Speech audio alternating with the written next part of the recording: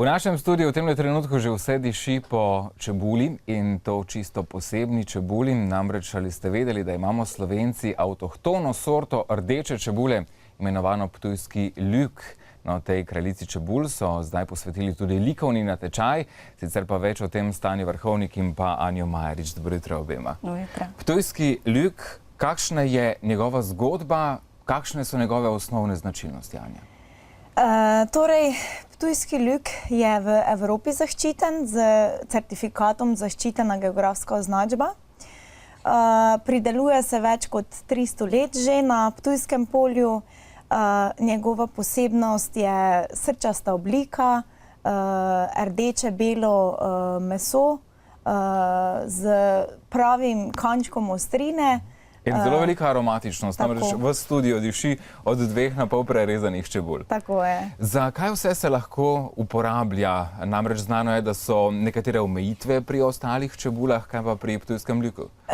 Dejansko vsi tisti pravi kulinariki ga zelo radi uporabljajo v svoji kuhinji. Namreč ima to sposobnost, da vsaki jedi, v kateri ga uporabim, da doda neki poseben okus, neko sladkobo. Seveda ima še mnogo zdravilnih učinkov, tako da vsekakor ga je smiselno uporabljati. Za poskusiti. Tatjana, posvetili ste mu likovni natečaj. Zakaj, kakšen je namen in kaj pričakujete od njega? Res je, čebulo so cenili že od nekdaj, in naša na Ptujskem polju je sploh edinstvena. Če lahko dopolnim Anjo, je ptujski luk naravni antibiotik, je diuretik. Mi mu pravimo, da je vir dobrega, ker je dober tako za zdravje, kot dober v kulinariki. In ravno likovni natečaj je del enega širšega evropskega projekta, ki je sofinanciran iz Evropskega sklada za razvoj podeželja. To pomeni, da je tudi Evropa priznala, da si naš ptujski luk zasluži zaščiteno geografsko označbo. Projekt poteka od leta 2013 do 2015. Letos smo se podali v ta likovni natečaj, da tudi najmlajšim približamo, da je zdravo uživati čebulo. Da je zdrava tako za prebavo, za prehlade, za vse mogoče zdravstvene težave. Tako smo dali tudi naziv, en izmed tem natečaja je Ptujski luk nam pomaga, da naše telo vse ovire premaga. Kakšna dela pričakujete na samem natečaju? Predvsem je to likovni natečaj. To pomeni, da seveda ne želimo omejevati domišljije otrok. Lahko risbe, ilustracije, kipi, tudi stripi so zelo zaželeni, sploh zelo raznovrstne likovne tehnike, tako da več kot je domišljije, toliko bolje. Zakaj je pomembno uporabljati zelenjavo, sadje, prehrano, konec koncev lokalno pridelano? Kaj damo s tem nazaj, konec koncev, kot potrošniki? Torej, kot prvo sem mnenja, da ohranjamo delovna mesta podeželja. Torej, s tem, ko kupujemo slovensko zelenjavo, dejansko slovenskim pridelovalcem omogočamo normalno prihodnost. Če lahko dopolnim Anjo, ptujski luk je zelo poln vitaminov in mineralov, ima bogato hranilno vrednost. Vsi vitamini in minerali so pa občutljivi na dolgo logistično pot. Ko smo raziskovali, smo našli, da žal v naših nakupovalnih centrih najdemo čebulo tudi iz Nove Zelandije, česen s Kitajske. Imamo pa odličen čebulček, tale ptujski luk, zelo blizu nas. Pa konec koncev je tudi naše telo bolj prilagojeno lokalni zelenjavi, kot pa nekje od daleč. Včasih, se dobro spomnim, je starejša gospa tudi na naših koncih prodajala droben čebulček za sajenje. Kako je danes s tem? Koliko vas je pridelovalcev ptujskega luka? Letos nas je v certifikaciji 5 pridelovalcev. Ptujski luk se prideluje na 5 hektarjih. Pa je zanimanje med kmeti za gojenje? Ja, je.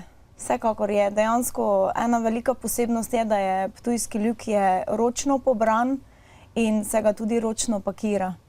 Sicer pa ima pridelava ptujskega luka, ptujske čebule kar dolgotrajen proces, ni to tako na hitro, kot bi si človek lahko predstavljal, če nima nekih izkušenj z gojenjem čebule. Kakšna je zgodba, preden dobimo takole na krožnik? Tako je. Torej, če recimo nimamo nič, nimamo semena, nimamo ljukeca, moramo letošnjo spomlad smo morali posejati ljuk, ki že odganja. Tudi na tem se vidi, da dejansko je živ, ki bo letošnje leto pognal seme, ki ga v jeseni poberemo. Seme na to naslednje leto spomladi ponovno posejemo, da dobimo ljukec. Na to pa ljukec posejemo, spet tretje leto in na koncu dobimo odrasel ljuk. Tako čebulo za na mizo in za uporabo. Kot rečeno je rdeče barve, zelo aromatična. Kako pa prezimuje? Običajno imamo takšne težave, da ko kupimo čebulo, kar hitro postane mehka, še posebno ta, ki je res od nekod daleč. Kako je z ptujskim ljukom? Skladiščenje je velikokrat problem. Namreč dostikrat se kdo od potrošnikov reče, joj, pa tako hitro mi je odgnal. Dejansko je njemu najbolj pomembno, da ga skladiščimo v suhem in temnem prostoru, suhem, temnem in zračnem prostoru. Kako doseči, da ob rezanju ptujskega ljuka ne jokamo zraven? Ste že ugotovili to skrivnost v zadnjih 200 letih? Samo to je zdravo, ker čisti telo. In ptujski luk je zelo znan po svoji ostrini, tako da si zasluži priznanje za to svojo ostrino in zato tudi je golaž narejen iz ptujskega luka odličen. Tudi je res najboljša podlaga za en tak odličen golaž. Sicer o ljukanem natečaju so nekaj že omenila, pa vendarle je veliko značilnosti in zakonitosti.